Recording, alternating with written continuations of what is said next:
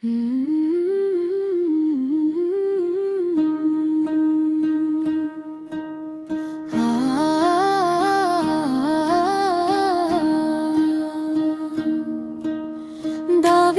తనయ hosanna hosanna, దైవ కుమారుడ hosanna hosanna.